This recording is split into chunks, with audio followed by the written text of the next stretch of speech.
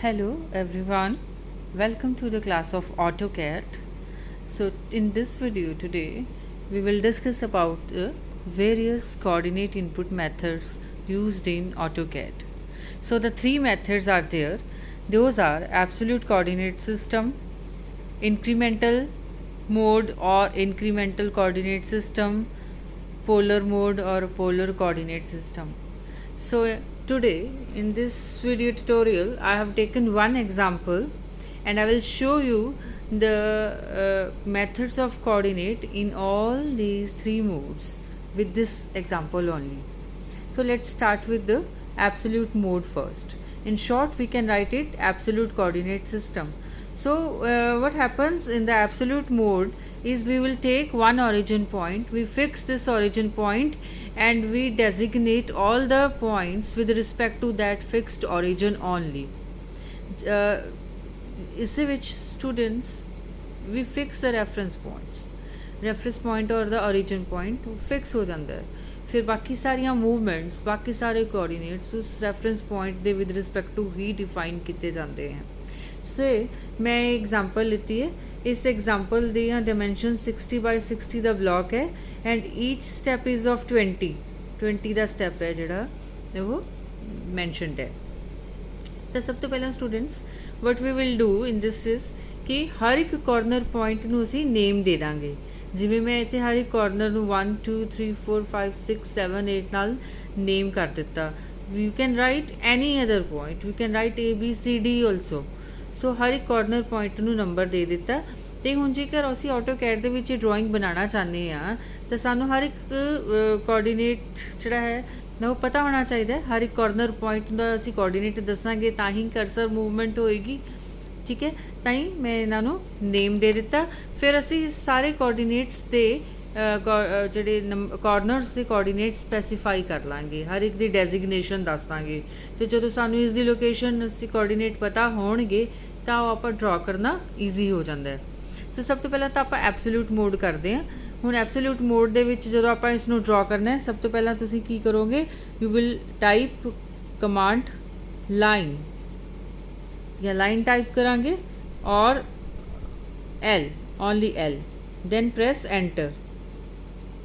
ਜਦੋਂ ਸਟੂਡੈਂਟਸ ਤੁਸੀਂ enter press ਕਰੋਗੇ ਤਾਂ ਤੁਹਾਡੇ ਤੋਂ ਕਮਾਂਡ ਵਿੰਡੋ ਦੇ ਵਿੱਚ ਨੈਕਸਟ ਜਿਹੜਾ ਕੋਆਰਡੀਨੇਟ ਪੁੱਛਿਆ ਜਾਏਗਾ ਉਹ ਹੋਏਗਾ ਸਪੈਸੀਫਾਈ ਨੈਕਸਟ ਪੁਆਇੰਟ.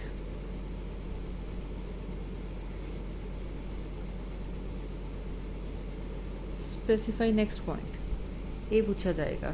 ਮੀਨਸ ਕਿ ਜਦੋਂ ਅਸੀਂ ਲਾਈਨ ਕਮਾਂਡ ਨੂੰ ਐਕਟਿਵ ਕਰਤਾ ਹੈ, ਜਦੋਂ ਆਪਾਂ ਐਂਟਰ ਕੀਤਾ ਲਾਈਨ ਐਕਟਿਵ ਹੋ ਗਈ ਤਾਂ ਆਪਾਂ ਸਟਾਰਟ ਕਿੱਥੋਂ ਕਰਨਾ ਹੈ. ਸੋ ਤੁਹਾਨੂੰ ਪੁੱਛਿਆ ਜਾਏਗਾ ਸਪੈਸੀਫਾਈ ਨੈਕਸਟ ਪੁਆਇੰਟ. ਸੋ ਆਪਾਂ ਫਸਟ ਕੋਆਰਡੀਨੇਟ ਸਪੋਜ਼ ਮੈਂ ਇੱਥੋਂ ਸਟਾਰਟ ਕਰਨਾ ਚਾਹੁੰਦੀ ਹਾਂ, ਇਹਦੇ ਕੋਆਰਡੀਨੇਟਸ 0 0 ਹੈ. So I will write 0 0, then press enter. Right students, ਮੈਂ ਇਹਨਾਂ ਤਿੰਨਾਂ ਮੋਡਸ ਨੂੰ ਪਹਿਲਾਂ ਹੀ ਰੈਡੀ ਕੀਤਾ ਹੋਇਆ. ਮੈਂ ਸਾਰੇ 1 2 3 4 5 6 7 8 ਪੁਆਇੰਟਸ ਜਿਹੜੀ ਆਪਾਂ ਮੂਵਮੈਂਟ ਕਰਨੀ ਹੈ, 1 ਤੋਂ 2 2 ਤੋਂ 3 4 5 6 ਜਿਸ ਤਰ੍ਹਾਂ ਵੀ ਅਸੀਂ ਮੂਵਮੈਂਟ ਕਰਨੀ ਹੈ, ਮੈਂ ਐਕਚੁਅਲੀ ਉਹ ਸਾਰੇ ਨੰਬਰਸ ਪਹਿਲਾਂ ਲਿਖ ਲਏ ਹੋਏ ਨੇ. ਸੋ ਹੁਣ ਅਸੀਂ ਜਦੋਂ 0 0 ਐਂਟਰ ਕੀਤਾ ਤਾਂ ਇੱਥੇ ਜਿਹੜੀ ਹੈ ਉਹ ਕਮਾਂਡ ਐਕਟਿਵ ਹੋ ਜਾਏਗੀ, ਕਰਸਰ ਸਾਡਾ ਇੱਥੇ ਹੋਏਗਾ. ਹੁਣ ਇਸ ਤੋਂ ਬਾਅਦ ਆਪਾਂ ਕਿੱਥੇ ਜਾਣਾ ਹੈ, ਸੈਕਿੰਡ ਪੁਆਇੰਟ 'ਤੇ.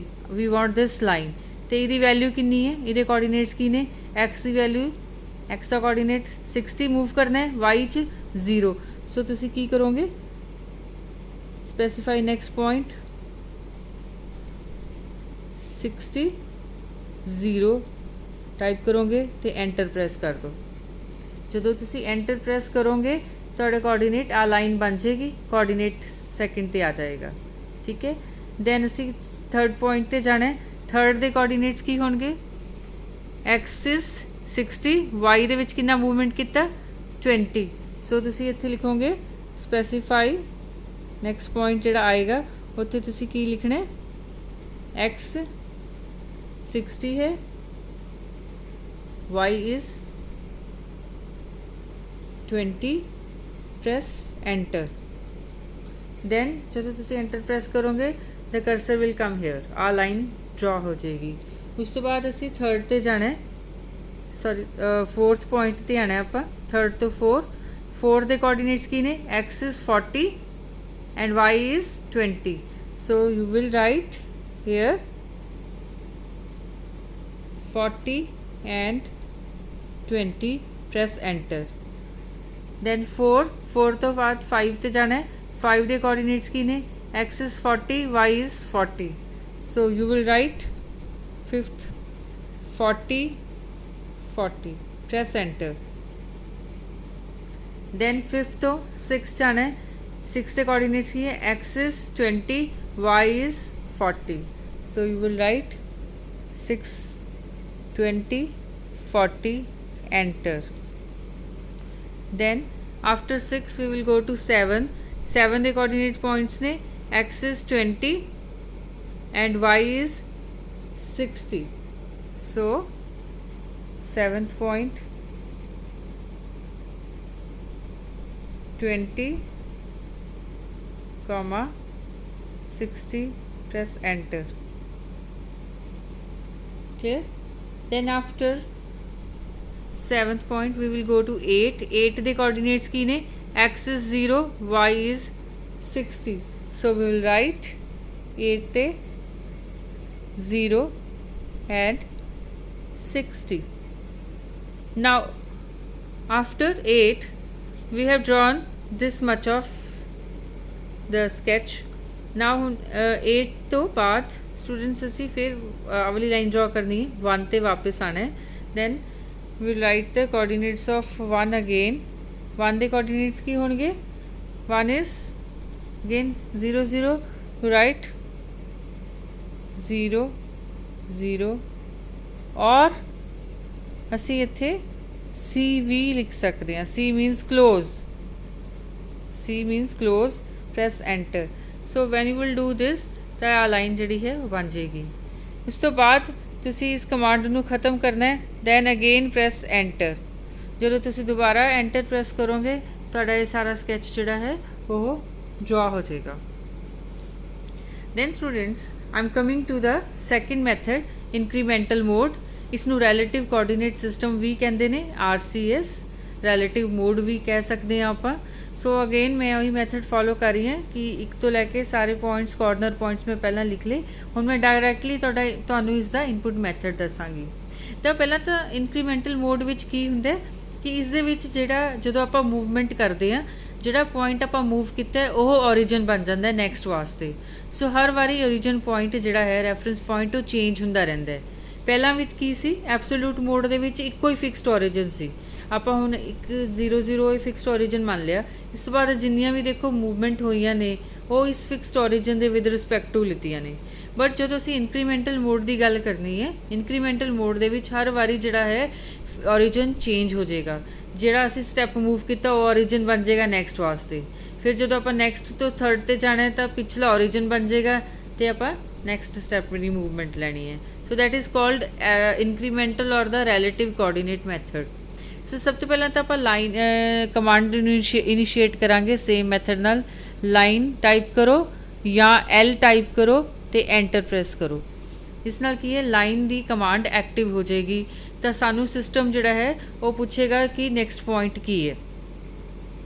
ਠੀਕ ਹੈ, ਕਮਾਂਡ ਲਾਈਨ ਅਸੀਂ ਸਟਾਰਟ ਕਿੱਥੋਂ ਕਰਨੀ ਹੈ.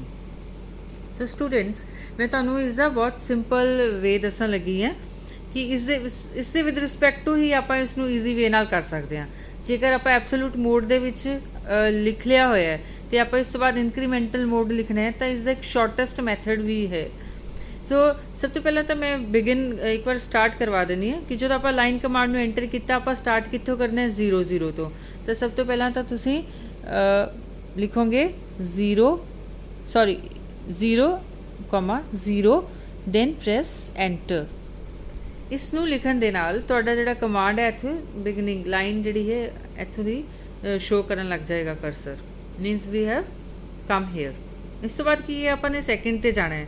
ਹੁਣ ਇਹ ਜਿਹੜਾ ਹੈ ਓਰੀਜਨ ਬਣ ਗਿਆ ਤੇ ਆਪਾਂ ਹੁਣ ਸੈਕਿੰਡ ਤੇ ਮੂਵਮੈਂਟ ਲੈਣੀ ਹੈ. ਸੈਕਿੰਡ ਤੇ ਆਣਾ ਹੈ ਤਾਂ ਆਪਾਂ ਕਿਹੜੇ ਕੋਆਰਡੀਨੇਟ ਤੇ ਮੂਵ ਕਰ ਰਹੇ ਹਾਂ? x ਦੇ ਵਿੱਚ. y 'ਚ ਕੋਈ ਮੂਵਮੈਂਟ ਨਹੀਂ ਹੋ ਰਹੀ ਤਾਂ ਜਿਸ ਕੋਆਰਡੀਨੇਟ 'ਚ ਆਪਾਂ ਮੂਵ ਕਰਾਂਗੇ ਉਹਦੀ ਵੈਲਿਊ ਦੇਣੀ ਹੈ. ਜਿਸ 'ਚ ਨਹੀਂ ਹੋ ਰਹੀ ਉਹ 0 ਹੀ ਰਹੇਗਾ. ਸੋ ਇੱਕ ਇਹਦਾ ਮੈਥਡ ਹੁੰਦਾ ਕਿ ਇਹਦੇ 'ਚ ਅਸੀਂ @ ਲਿਖਦੇ ਹਾਂ. @ ਪਹਿਲਾਂ ਲਗਾਈਦਾ ਤੇ ਫਿਰ ਵੈਲਿਊ ਲਿਖੀ ਦੀ ਹੈ. ਐਬਸੋਲੂਟ 'ਚ ਇਹੋ ਜਿਹਾ ਕੁਝ ਨਹੀਂ ਹੁੰਦਾ, ਡਾਇਰੈਕਟਲੀ x ਐਂਡ y ਲਿਖਣਾ ਹੁੰਦਾ.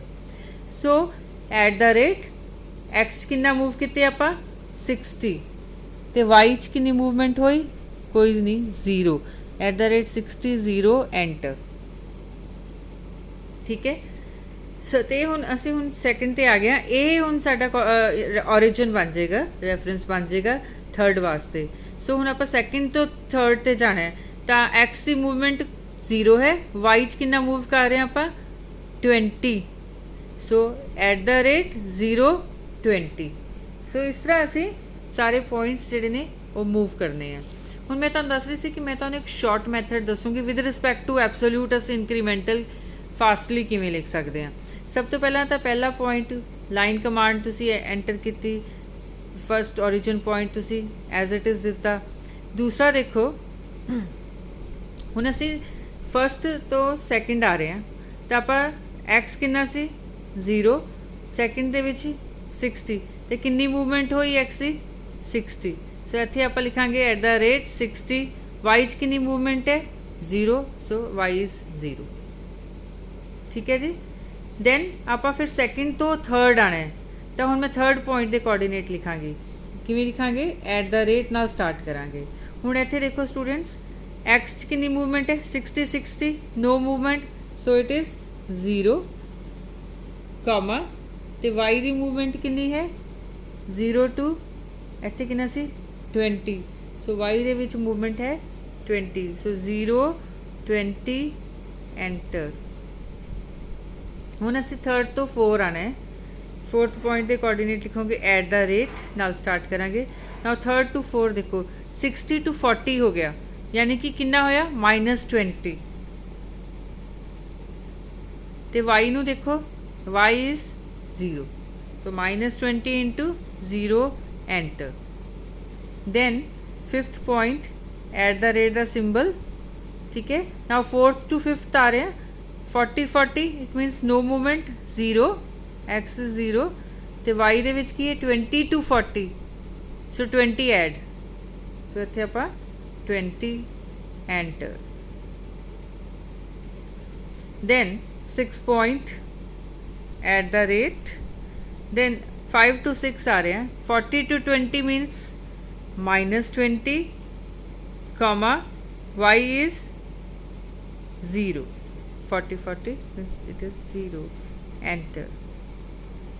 then 7 point 20 20 means x is 0 40 to 60 it means 20 y is 20 movement। then 8 at the rate 7 तो 8 आ रहे हैं 20 to 0 कितनी मूवमेंट हुई -20 तो वाई च कितनी मूवमेंट हुई 60 60 it means no movement 0 okay. And lastly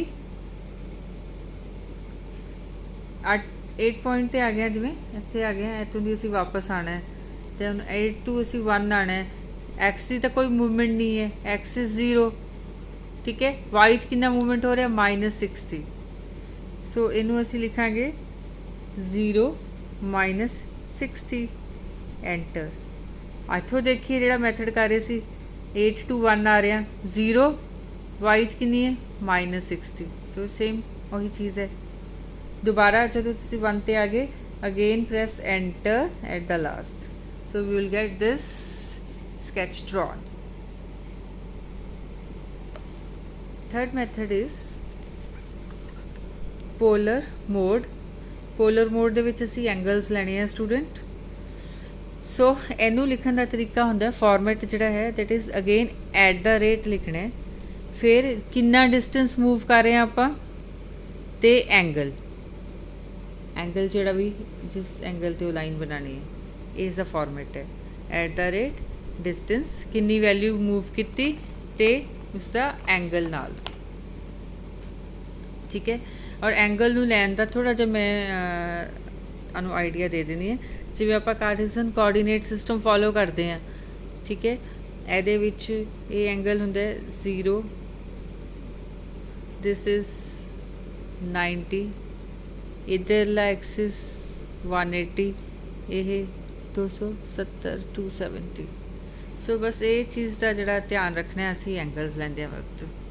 ਹੁਣ ਸਭ ਤੋਂ ਪਹਿਲਾਂ ਤਾਂ ਆਪਾਂ ਕਮਾਂਡ ਇਨੀਸ਼ੀਏਟ ਸੇਮ ਮੈਥਡ ਨਾਲ ਹੀ ਕਰਾਂਗੇ। Type L or line and enter press. Command is active. Then we will give the first coordinate 0 0 क्योंकि line ਨੂੰ initiate ਕਿੱਥੋਂ ਕਰਨਾ ਹੈ ਉਹ ਤਾਂ ਪਹਿਲਾਂ ਆਪਾਂ ਨੂੰ initial coordinate ਜਿਹੜੇ ਨੇ ਉਹ ਦੱਸਣੇ ਪੈਣਗੇ। ਸੋ 0 0 ਟਾਈਪ ਕੀਤਾ, ਠੀਕ ਹੈ, ਤਾਂ ਕਮਾਂਡ ਜਿਹੜੀ ਹੈ ਉਹ ਐਕਟਿਵ ਹੋ ਗਈ।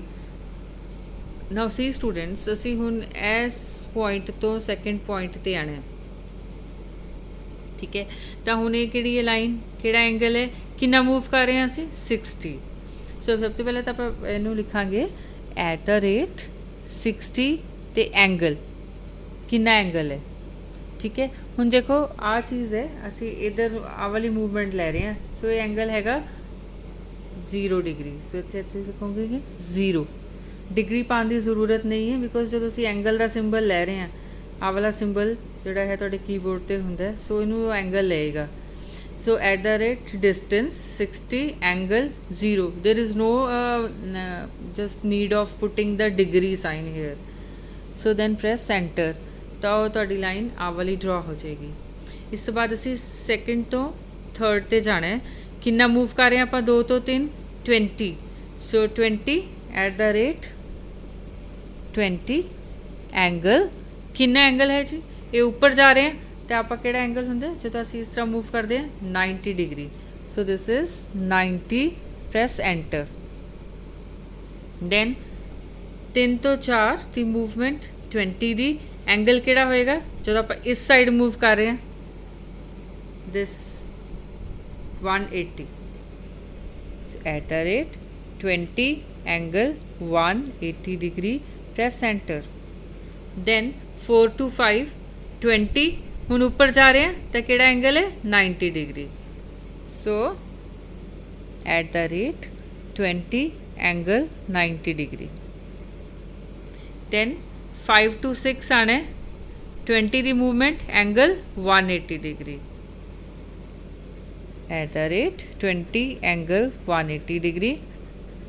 दैन 6 to 7 20 अबव जा रहे हैं, so it is 90 degree.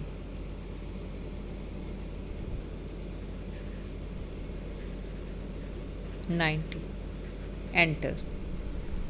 7 to 8 20 angle 180 degree, 20 angle 180 degree, press enter. Now students we have come here 8। हुण 8 तो असी 1 ते आना है, कितना नीचे आ रहा है 60 ते जो डाउनवर्ड्स आ रहे हैं तो वो केड़ा एंगल हुंदा दिस 270 डिग्री। सो इनू किवें लिखांगे @60 angle 270 degree, press enter. At the last एक बार होर एंटर प्रेस करना है, इस नाल असीं कमांड तो भी बाहर आ जाते हैं तो साडा जिहड़ा कंप्लीट स्कैच वो कवर हो जाता है, बन जाता है। तो in this way we can make any sketch using 3 input coordinates. I hope it is clear to you all. Thank you very much.